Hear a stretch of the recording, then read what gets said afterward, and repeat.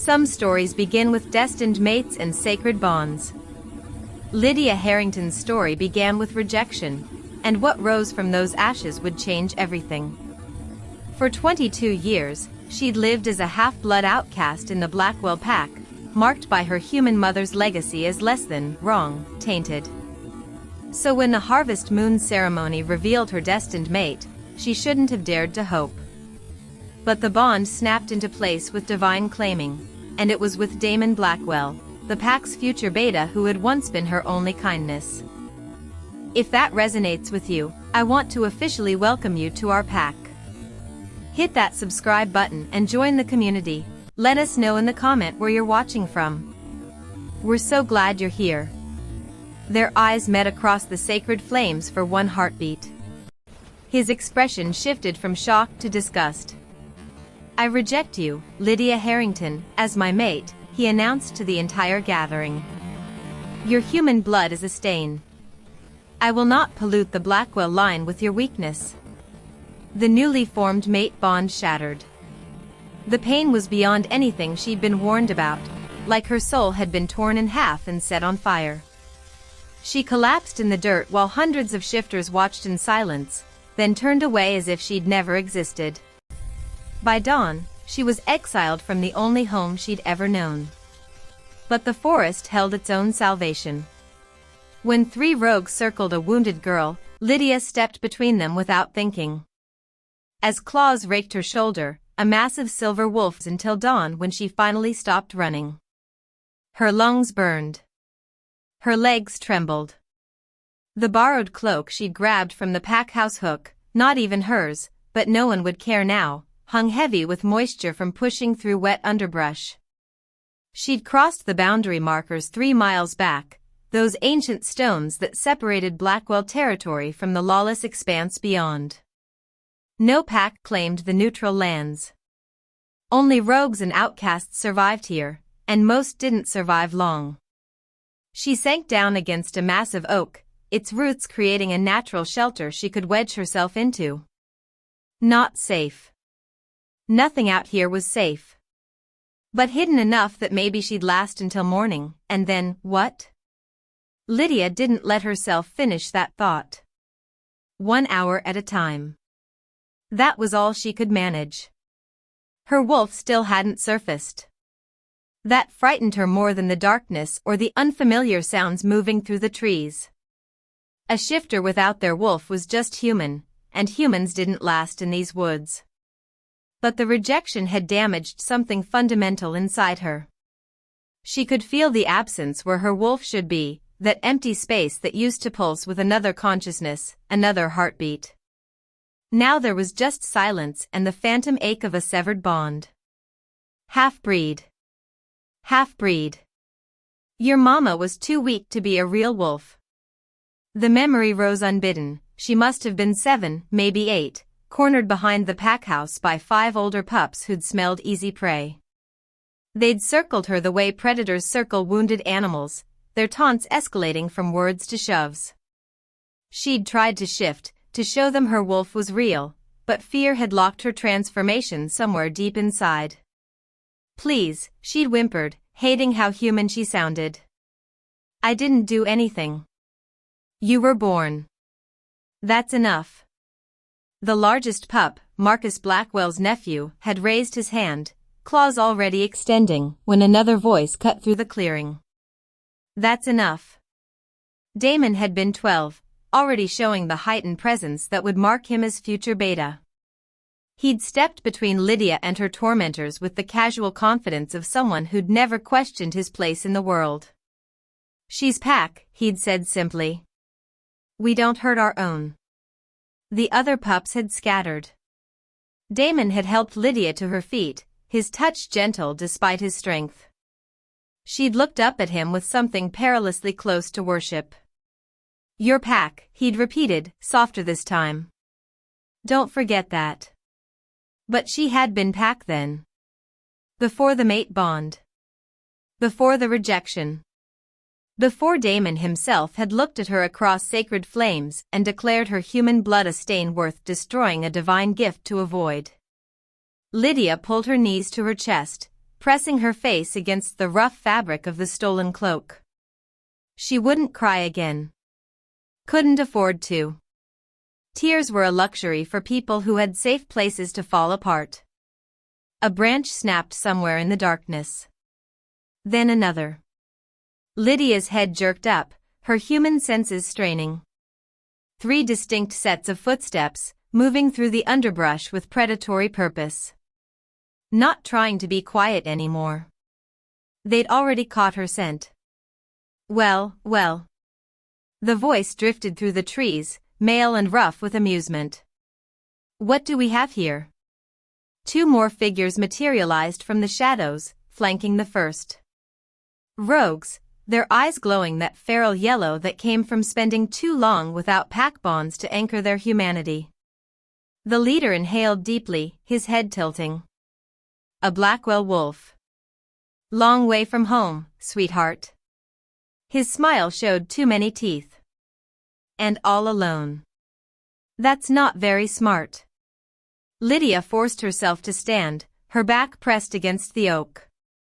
Her wolf remained stubbornly absent, leaving her with only human fear and the desperate instinct to survive. I'm not worth the trouble, she managed, proud that her voice barely shook. Just let me go. The rogue's smile widened. See, that's where you're wrong. A pretty little thing like you? You're worth plenty of trouble. They began to circle. The first rogue lunged before Lydia could even think to run. She threw herself sideways, hitting the ground hard as claws whistled past where her throat had been a heartbeat before. Her borrowed cloak tangled around her legs. No time to free herself. The second rogue was already moving, faster than her human reflexes could track. His claws caught her shoulder, tearing through fabric and flesh with sickening ease. Lydia screamed, couldn't help it, the pain white-hot and immediate. Blood bloomed across her sleeve, dark against the pale fabric. Deep inside, something stirred. Her wolf, roused by the scent of her own blood, by the desperate need to survive. But the rejection had wounded her too deeply. She surfaced just enough for Lydia to feel claws extending from her fingertips, for her canines to sharpen, but the full shift remained impossibly out of reach. Fight back, little half-breed, the leader crooned, circling closer. Make it interesting. Lydia swiped at him with her partial claws, catching his forearm. He laughed at the shallow cuts, at her pathetic attempt at defense. The third rogue grabbed her from behind, his arm locking around her throat. She couldn't breathe. Couldn't think past the pressure on her windpipe and the burning agony in her shoulder. Her vision started to darken at the edges. This was it.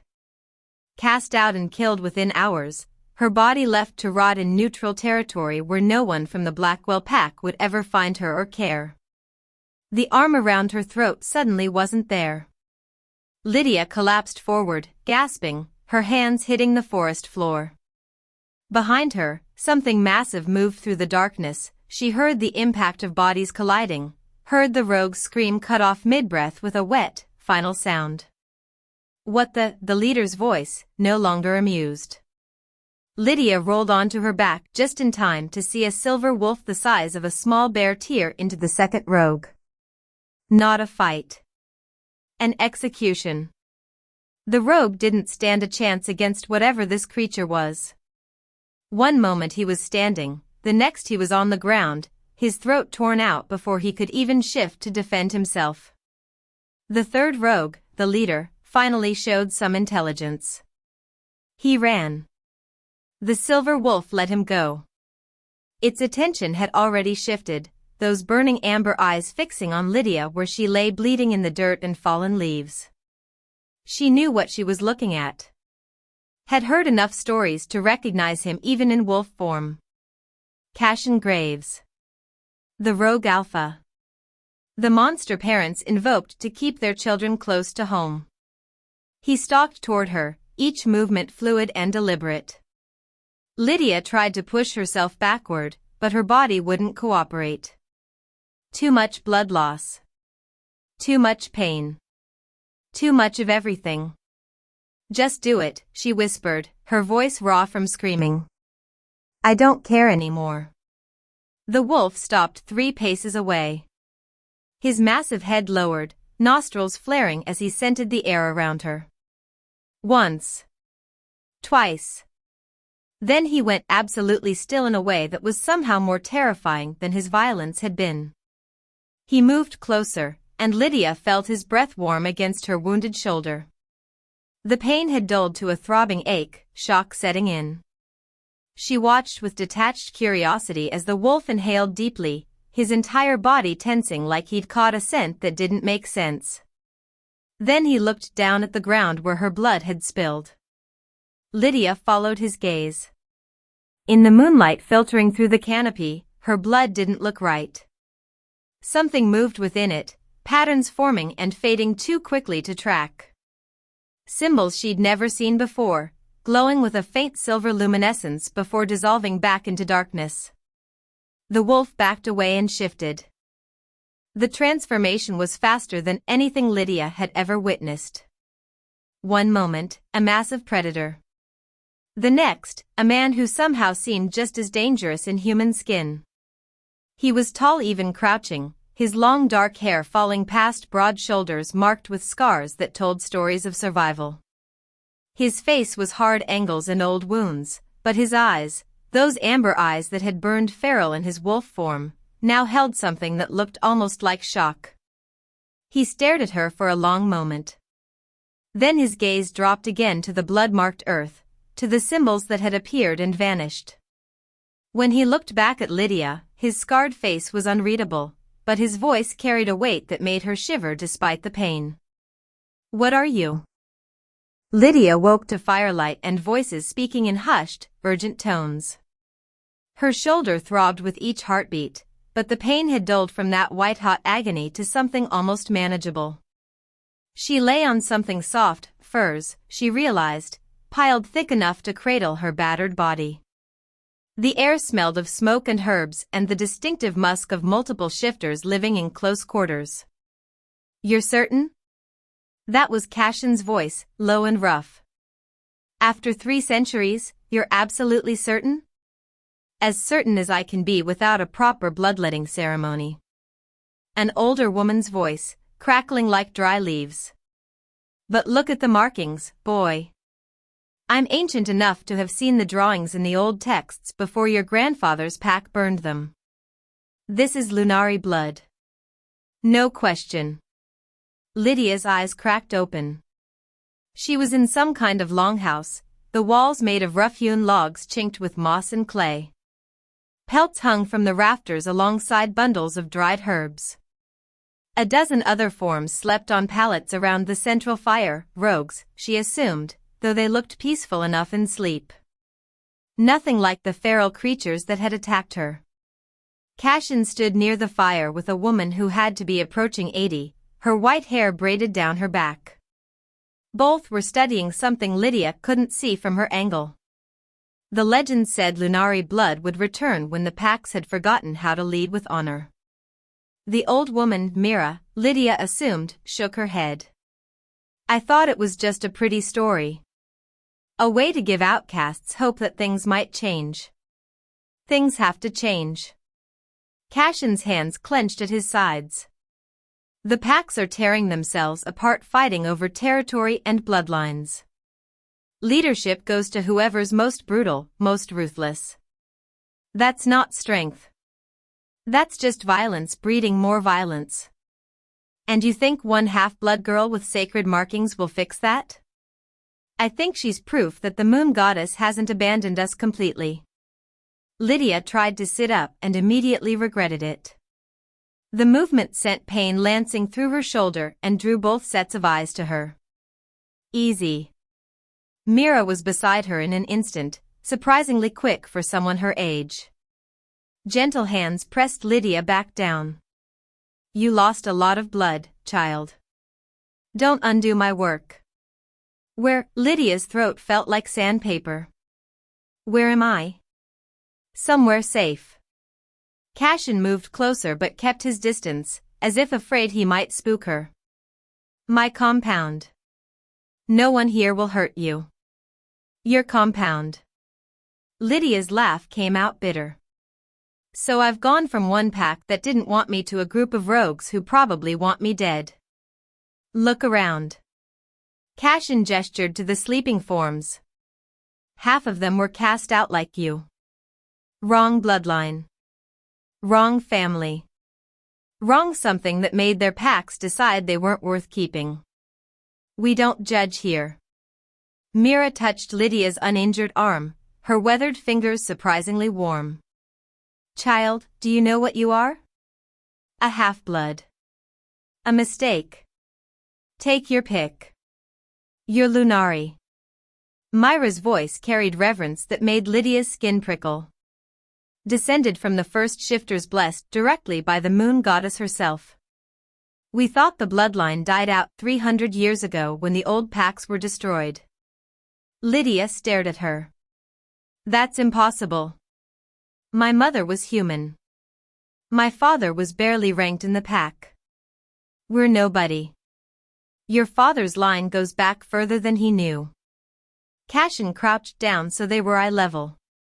The Lunari went into hiding when the power-hungry alphas started hunting them.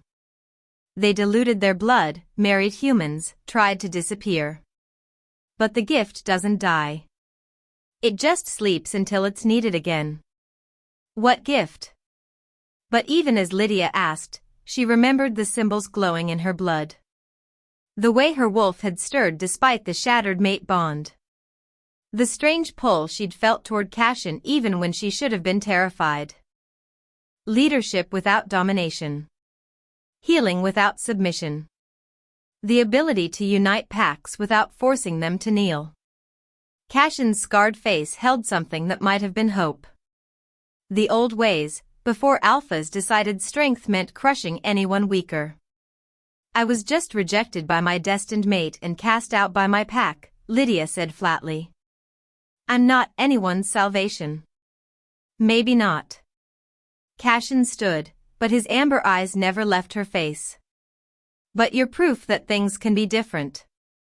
And right now, that's more than any of us had yesterday. 3 days after waking in Cashin's compound, Lydia stood in a clearing while the rogue alpha circled her like a predator assessing prey. Again, he said, not for the first time that morning. Lydia's legs trembled. Sweat plastered her shirt to her back despite the autumn chill. She'd been trying to shift for the past hour, reaching for her wolf the way she had her entire life, but the creature remained stubbornly buried beneath the weight of her shattered bond.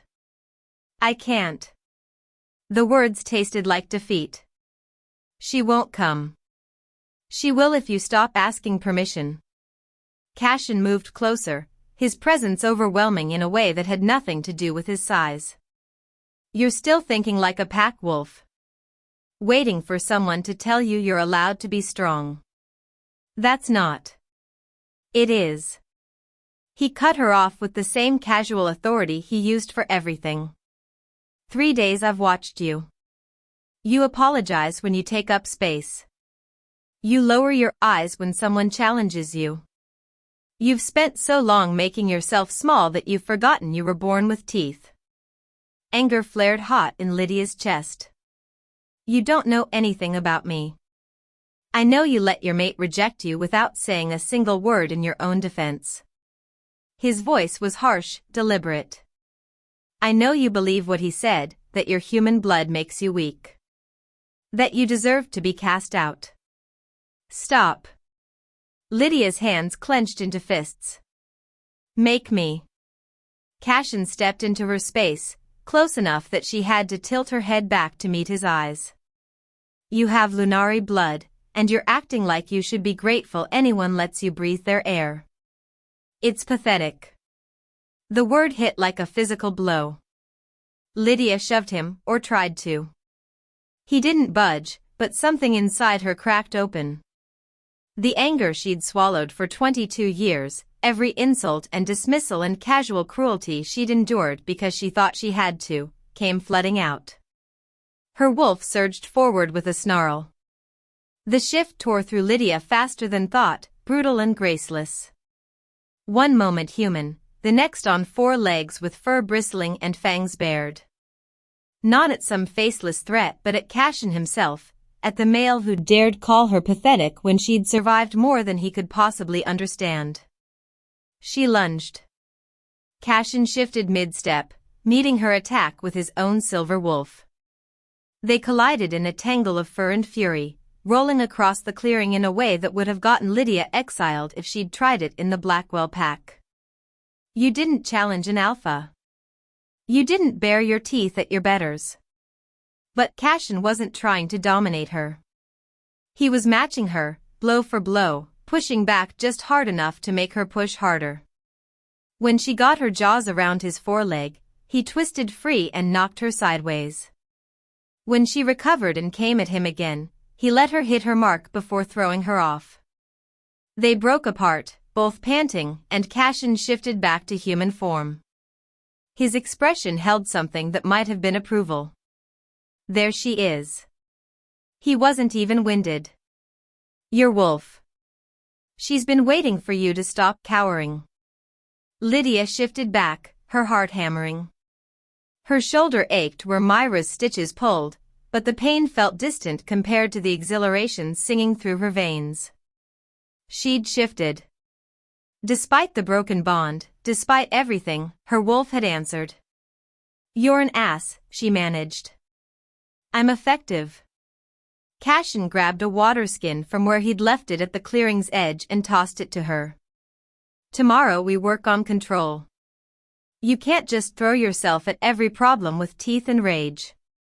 That's rich coming from you. His mouth twitched, not quite a smile, but close. I earned my reputation. You're still figuring out who you are without a pack telling you. He started back toward the compound, then paused. For what it's worth, your wolf is stronger than you think. The rejection wounded her, but it didn't break her. Remember that. Lydia watched him disappear through the trees, her body still humming with adrenaline and something else she couldn't quite name. For the first time since the harvest moon, she felt like maybe, she could survive this. Not just physically, but as herself. Whatever that meant. She took a long drink from the water skin and followed Cashin back to the compound, already dreading and anticipating tomorrow's training in equal measure. For the first time, someone sees Lydia for who she is, not just what she is. That connection with Cashin is the spark that's helping her heal, and it's so powerful to watch. I'd love to know what you think of their dynamic so far. Let me know down in the comments. And if you're enjoying her journey of finding her own strength, consider subscribing to become part of our story-loving family. 6 weeks after arriving at the compound, Lydia stopped a fight with nothing but her voice. Two rogues had been circling each other near the communal fire, their argument over hunting territory escalating into snarls and partially shifted claws. The kind of confrontation that usually ended in blood and broken bones. Lydia had stepped between them without thinking, her hand raised, and said simply, enough. The rage had drained from both males like water through a sieve. They'd blinked at her, confused by their own sudden calm, before walking away in opposite directions. Mira had watched the whole thing with knowing eyes. The gift is waking, she'd said quietly.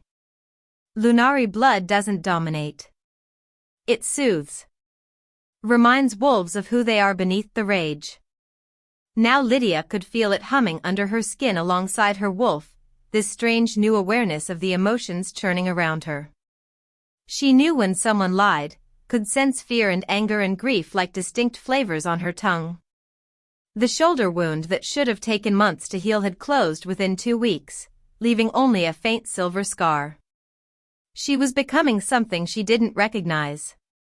Something that terrified and thrilled her in equal measure. Your guard's still too tight. Cashin's voice cut through her thoughts. They'd been sparring for hours under the stars, the training fire casting long shadows across the clearing. You're afraid to commit to the attack. I'm afraid to hurt you, Lydia corrected, breathless. I can handle it. He moved in again, testing her defenses. She blocked, countered, but he was right, she pulled her strikes at the last second. What are you really afraid of? The question caught her off guard enough that his next move swept her legs. She hit the ground hard, and Cashin followed her down, pinning her with his weight. Not threatening. Just immovable. I'm afraid I'll become like them, Lydia admitted, the words dragged out of some place she'd kept locked. The alphas who only know how to take. Who see power as something you rip from others. Cashin's expression softened in a way she rarely saw. He released her and sat back, gesturing for her to join him by the fire. When they were both settled on the log that served as their usual seat, he was quiet for a long moment. My pack was called Silvercrest, he finally said. One of the oldest bloodlines, back when that actually meant something besides brutality. My father was Alpha, a good one. Fair. He settled disputes through counsel rather than combat. Believed strength meant protecting the vulnerable, not crushing them. Lydia waited, sensing there was more. The neighboring packs saw it as weakness. They called him soft. Said he was diluting what it meant to be Alpha. Cashin's jaw tightened. When I was 16, they coordinated an attack. Killed my father, my mother, everyone who wouldn't bend the knee to their version of leadership. I survived because I was out hunting. Came home to ashes and bodies. Cashin. I didn't tell you for pity. His amber eyes met hers, reflecting firelight. I told you because I've spent 15 years believing power and brutality were the same thing. That I had to be harder, meaner, more ruthless than them to survive. But watching you these past weeks, he shook his head. You're strong without cruelty. You lead without dominating. Everything my father tried to be before they murdered him for it. Something shifted in the air between them. Lydia felt it like a physical pull, drawing her closer. She could see the scars on Cashin's face more clearly in the firelight, stories of survival written in flesh. Could see past the rogue Alpha reputation to the boy who'd lost everything and built himself into something that wouldn't break again. You see me, she whispered. Not the half-blood or the Lunari or the rejected mate. Just me. Just you is more than enough. Lydia didn't remember deciding to kiss him. One moment they were sitting apart, the next her mouth was on his and his hand was cradling the back of her neck like she was something precious. He tasted like smoke and pine and safety. God, when had she started feeling safe with him? Then reality crashed back. Damon's face across the bonfire. The certainty she'd felt that he was her future, her salvation. How completely wrong she'd been. Lydia pulled back, her heart hammering. I don't trust my judgment anymore. Cashin's thumb traced her jawline, gentle despite the calluses. Then don't decide anything tonight. He stood, offering his hand to help her up. You bow to no one anymore, Lydia. Not even me. When you're ready, if you're ready, you'll know. The warning came at dawn, a rogue scout racing into the compound with news that a Blackwell contingent was approaching under a peace banner. Lydia's stomach dropped before her mind could catch up. She knew, somehow, exactly who was coming. Cashin had assembled 24 of his wolves at the compound's edge by the time Damon Blackwell emerged from the tree line. He looked exactly as Lydia remembered, golden-haired and broad-shouldered, moving with the easy confidence of someone who'd never doubted his place in the world. 6 warriors flanked him, all bearing the Blackwell packmark. His eyes found her immediately in the crowd. Something in his expression shifted, surprise, maybe, or appreciation. Lydia realized with a jolt that she must look different than she had at the harvest moon. Stronger. The past weeks of training had carved away the softness she'd carried, replaced it with lean muscle and a straightness to her spine that hadn't been there before. Lydia. Damon's voice carried across the distance, warm and familiar. Thank the goddess. We've been searching everywhere. You rejected her. Cashin's words were flat, dangerous. Cast her out. You don't get to come claiming concern now. I made a mistake. Damon took a step forward, his hands raised in a gesture of peace. A terrible mistake that I've regretted every day since.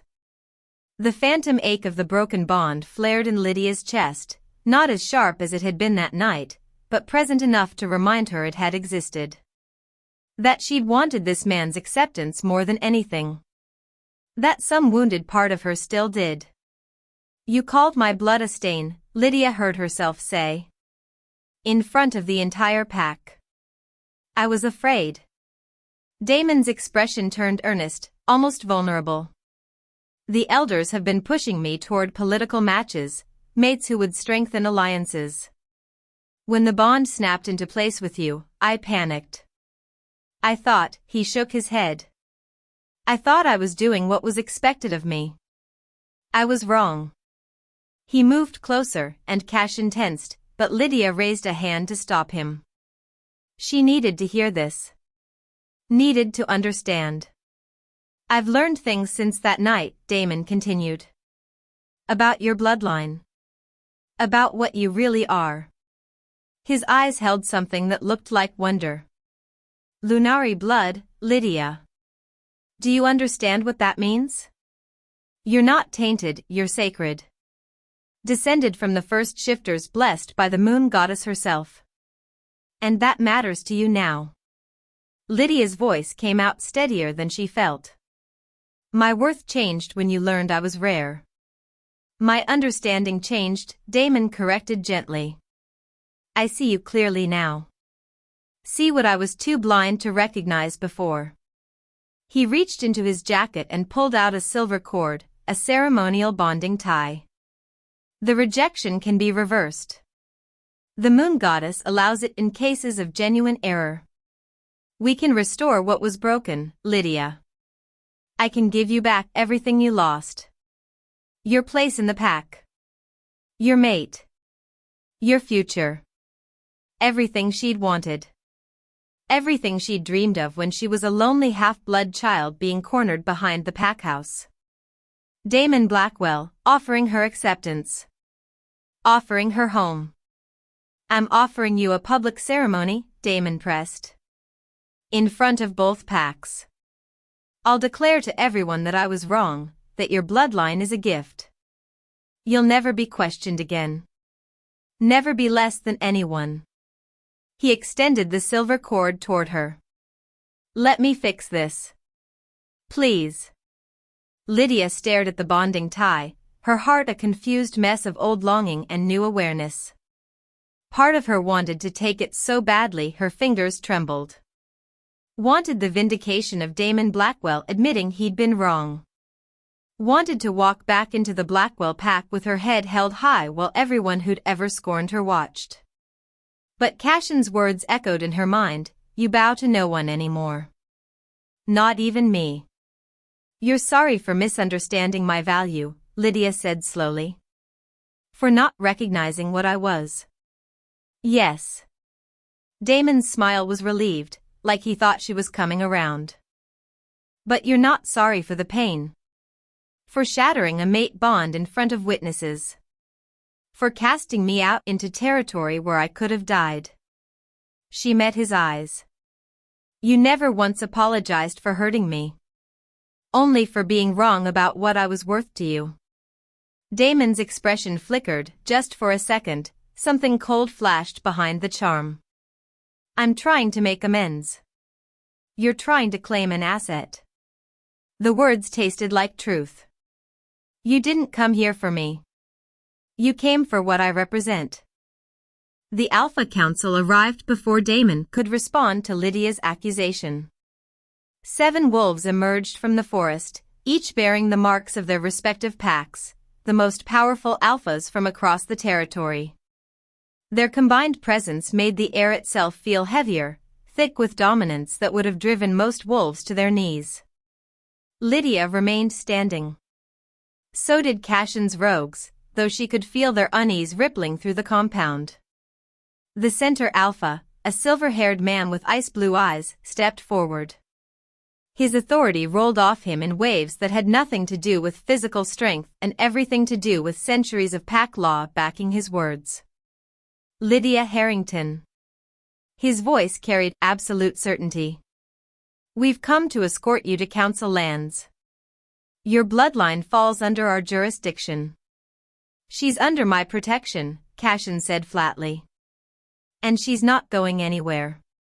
The rogue alpha speaks of protection. The council leader's smile held no warmth. How fascinating. Tell me, Graves, when did outcasts start claiming rights over sacred bloodlines? When those bloodlines ended up cast out and bleeding in my territory. Cashin moved to stand beside Lydia, his presence solid and unwavering. She stays or leaves by her own choice. Not yours. There is no choice in this matter. Another council member, a woman with hawk-sharp features, stepped forward. Ancient law is clear.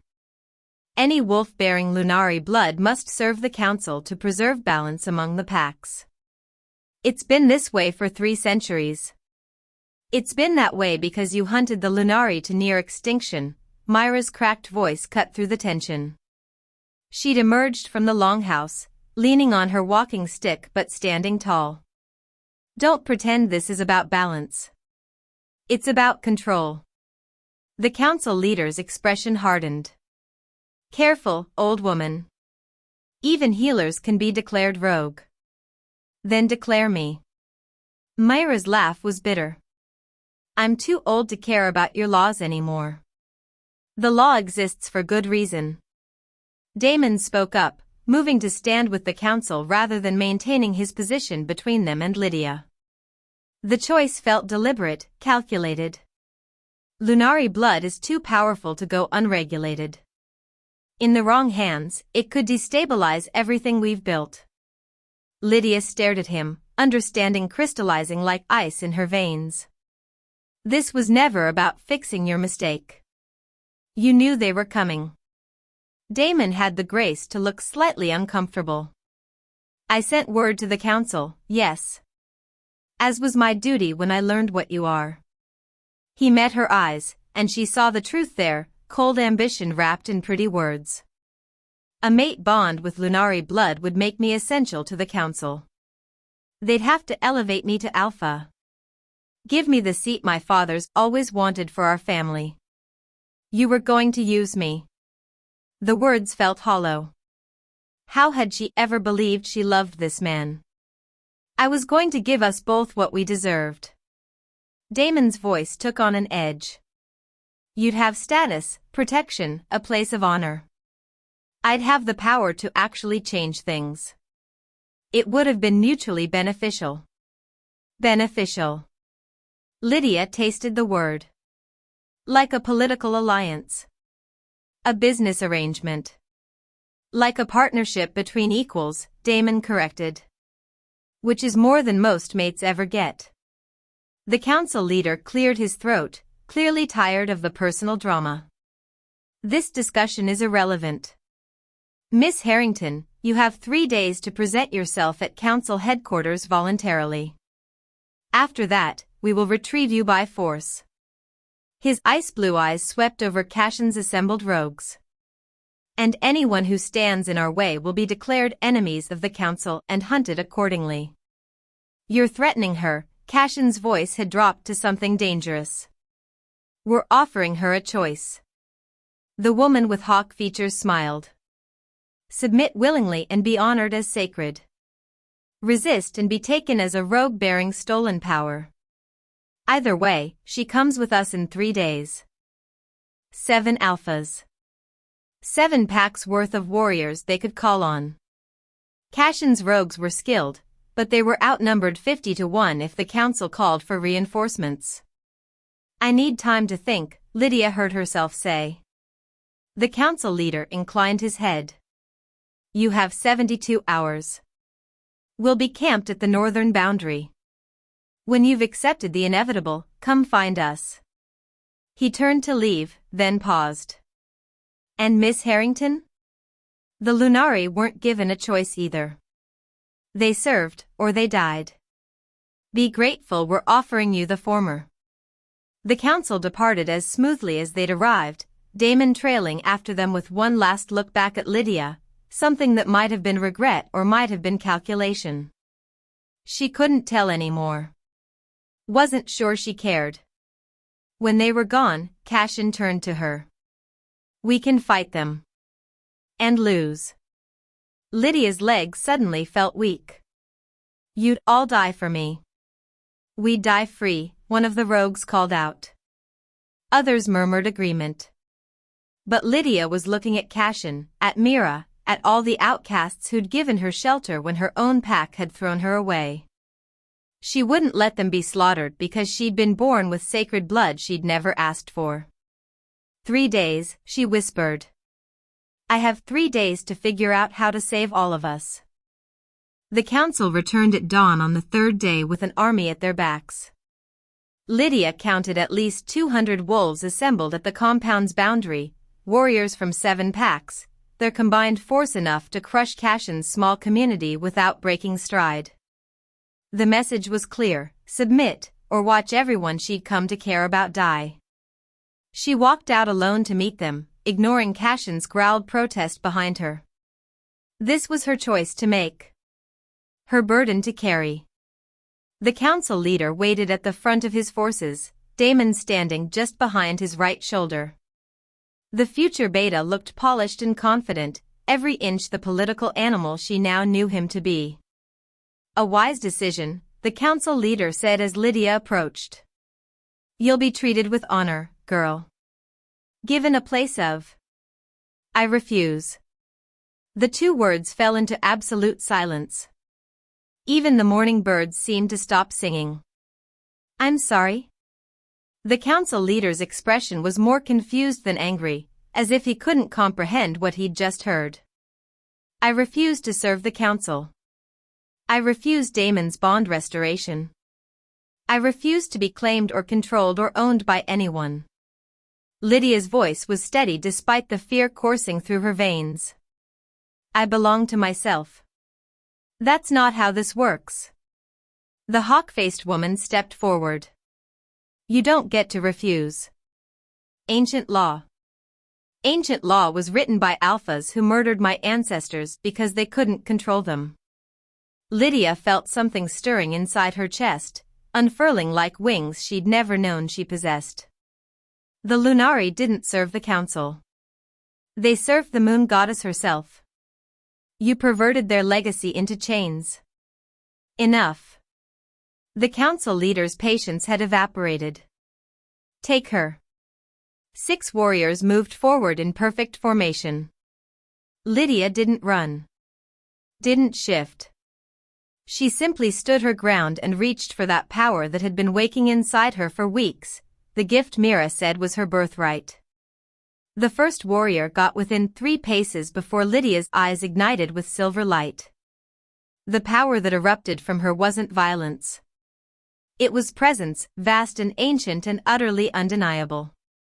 The symbols that had appeared in her blood now blazed across her skin in luminescent silver, covering her arms, her throat, her face in patterns that predated pack law and council authority by millennia. When Lydia spoke, her voice resonated with something beyond herself. Words in a language she'd never learned poured from her lips, carrying weight that made every wolf present feel it in their bones. The blood of the first children belongs to no pack. No alpha. No council. The ancient tongue shaped itself into meaning even those who'd never heard it could understand. We are hers alone, the moon goddess who shaped wolves from starlight and gave them purpose beyond dominance. The 6 warriors had frozen mid-step, their eyes wide with something between terror and awe. Behind them, the assembled army shifted uneasily. Even the council members had gone pale. Lydia turned her burning gaze on the council leader. When she spoke again, it was in her own voice but carrying that same undeniable authority. You claim ancient law gives you rights over sacred bloodlines. But Lunari law is older. It says that any who try to cage what the goddess made free forfeit their right to lead. Any who twist sacred gifts into tools of control mark themselves unworthy of the power they hold. This is blasphemy, the council leader managed, but his voice shook. This is truth. Lydia felt the power flowing through her like water through a broken dam, weeks of training, centuries of dormant inheritance, all of it crystallizing into this single moment of absolute clarity. The Lunari didn't die out because they were weak. They went into hiding because alphas like you decided ownership mattered more than stewardship. But we never stopped existing. We just waited for a time when we were needed again. She turned slowly, letting her gaze sweep across the assembled warriors. Look at yourselves. 7 packs, 200 wolves, all here to force one half-blood girl into submission. Because you're terrified of what it means if she says no. If she proves that your laws, your hierarchy, your precious balance, all of it is just violence dressed up as tradition. You're just one wolf, Damon said, but he'd taken a step back. Even with Lunari blood, you can't stand against all of us. I don't have to stand against you. Lydia felt the silver light intensifying, pouring off her in waves that made the air itself shimmer. I just have to show you what you've forgotten. That true strength isn't about who you can dominate. It's about who you choose to protect. Who you lift up instead of crushing down. The power reached its peak, and Lydia released it, not as an attack but as a revelation. Silver light exploded outward in a wave that washed over every wolf present. For one crystalline moment, they all felt it, the ancient purpose the moon goddess had intended when she first blessed wolves with the gift of shifting. The knowing that pack was meant to be family, not hierarchy. That alphas were supposed to be guardians, not tyrants. When the light faded, Lydia stood alone in a circle of stunned silence. The symbols on her skin dimmed but didn't disappear completely, a permanent marking of what she'd become. The council leader opened his mouth, closed it again. For the first time in perhaps centuries, the Alpha Council had no words. It was Cashin who finally broke the silence, his voice carrying across the compound. I think the lady made herself clear. Her journey is just one of many, and we bring stories just like this to you every single week. To make sure you never miss the next epic saga, hit that subscribe button now. 6 months after the awakening, Lydia stood in the center of what had become the first neutral sanctuary in 3 centuries. What had started as Cashin's compound of 24 rogues had grown into something else entirely. Rejected mates arrived weekly now, cast out half-bloods and wolves whose only crime was being different than their packs demanded. The longhouse had been expanded twice, and they'd built 3 more. Nearly 100 wolves now called the sanctuary home. They came because word had spread, whispered at first, then spoken openly, that there was a place where bloodline didn't matter. Where you didn't have to bow or submit or make yourself small to survive. Where a half-blood girl with silver marks on her skin taught outcasts that their differences were sacred, not shameful. The council hadn't returned. Neither had any pack armies. The display of Lunari power had shaken something fundamental in the established order, and the alphas were still trying to figure out how to respond to a wolf who refused to play by their rules but was too powerful to simply eliminate. Lydia sensed Cashin before she saw him, that awareness between them having deepened over the months into something that felt like a bond without the moon goddess's formal claiming. He'd never pushed for more than she was ready to give, content to stand beside her as she figured out who she was becoming. Another 3 arrived while you were training, he said, moving to stand at her shoulder. 2 rejected mates and a runt who was going to be culled for being too small. Lydia's jaw tightened. We'll make room. We always do. His hand found hers, their fingers lacing together with the ease of repetition. You're changing things, you know. Even the packs that won't admit it can feel it. The old ways are cracking. Good. They should have cracked centuries ago. Movement at the sanctuary's edge caught her attention, a lone wolf approaching under the traditional peace signal. As he got closer, Lydia recognized the golden hair, the proud bearing that even approach couldn't diminish. Damon Blackwell had come calling. Cashin tensed beside her, but Lydia squeezed his hand. "It's fine. Let him come." Damon stopped a respectful distance away, and Lydia noted how different he looked. Thinner. Tired. The easy confidence had been replaced by something that looked almost like desperation. "Lydia." Her name came out rough. "I need to speak with you. Please." She gestured for him to continue, but didn't move closer. "I made a mistake." The words tumbled out like he'd been rehearsing them. "Not just at the rejection, all of it. Using you, siding with the council, thinking politics mattered more than." He swallowed hard. "I've had 6 months to watch what you built here. To see what I threw away." "What you rejected," Lydia corrected quietly. "What I rejected," he agreed. "I was a fool. I'm begging, for another chance. The moon goddess allows bond restorations. We could." "No." The word was gentle but absolute. Damon flinched like she'd struck him. "I don't hate you," Lydia continued. "I don't even blame you anymore. You were raised in a system that taught you to value the wrong things. But I'm not interested in being your redemption arc, Damon. I've changed. Maybe you have. But I've changed too." She glanced at Cashin, whose amber eyes held nothing but steady support. "You rejected me when you thought I was weak. When my human blood made me worthless in your eyes. He protected me when he had no idea what I was. Just knew I needed help and gave it." She turned back to Damon. "That's the difference. You wanted me when I became valuable. He wanted me when I was just me." Damon's expression crumbled. "So that's it? I lose everything because I made one mistake? You lose me because you never actually had me. You had a fantasy of what a mate should be, and I didn't fit it until I became something useful."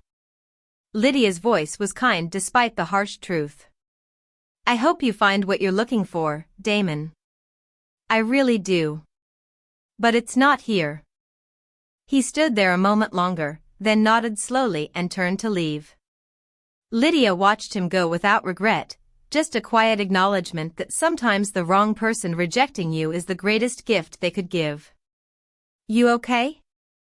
Cashin asked when Damon had disappeared into the trees. "More than okay." Lydia turned into his arms, letting herself be held by someone who'd chosen her every single day since that night in the forest. Ready to get back to work. Lydia's story is complete, but the world she has just shattered is only beginning to change. The old alphas, the council, the very laws of their world are now broken. Her journey is just one of many, and we bring stories just like this to you every single week. To make sure you never miss the next epic saga, hit that subscribe button now. That afternoon, Lydia stood before a group of newly arrived outcasts, 5 wolves whose eyes still held the wounded uncertainty of rejection. She recognized that look. Had worn it herself not so long ago. "I know what you've been told," she began, letting the silver marks on her skin catch the light. "That you're broken. Tainted. Less than. That the wolves who rejected you were right to cast you out." She paused, meeting each pair of eyes in turn. "They were wrong. Not about you being different, you're different. But different isn't the same as defective." One of the newcomers, a girl who couldn't have been more than 17, raised a shaking hand. "But the moon goddess gave me a mate who didn't want me. Doesn't that mean I'm?" "It means he wasn't worthy of the gift he was given." Lydia's voice was firm. "The moon goddess doesn't make mistakes. But wolves do. Every single day, We choose whether to honor what's sacred or destroy it because it scares us. She moved closer to the group, letting them see the truth of what she'd become. Your differences, the things your packs called flaws, those are the marks of wolves chosen to forge something better. You've seen the worst of what our kind can be. Now you get to help build what we should have been all along. The girl's eyes were wet, but she was smiling. You really believe that? I know it. Lydia extended her hand, silver symbols glowing faintly on her skin. Because sometimes being rejected by the wrong person leads you exactly where you're meant to be. Welcome home. As the sun set over the sanctuary, Lydia stood with Cashin and watched her wolves, the outcasts and rejects and unwanted, laughing around the communal fire. Building family from choice rather than blood. Creating pack from purpose rather than dominance. The Lunari bloodline hadn't died. It had just been waiting for the right moment to remind the world what sacred really meant. And Lydia Harrington, the rejected half-blood, had become exactly what she was always meant to be, proof that the greatest power isn't the ability to dominate others, but the courage to define yourself. Thank you for watching this story to the end. If you enjoyed this story, you will surely love the next one. Like, subscribe and hit the notification button.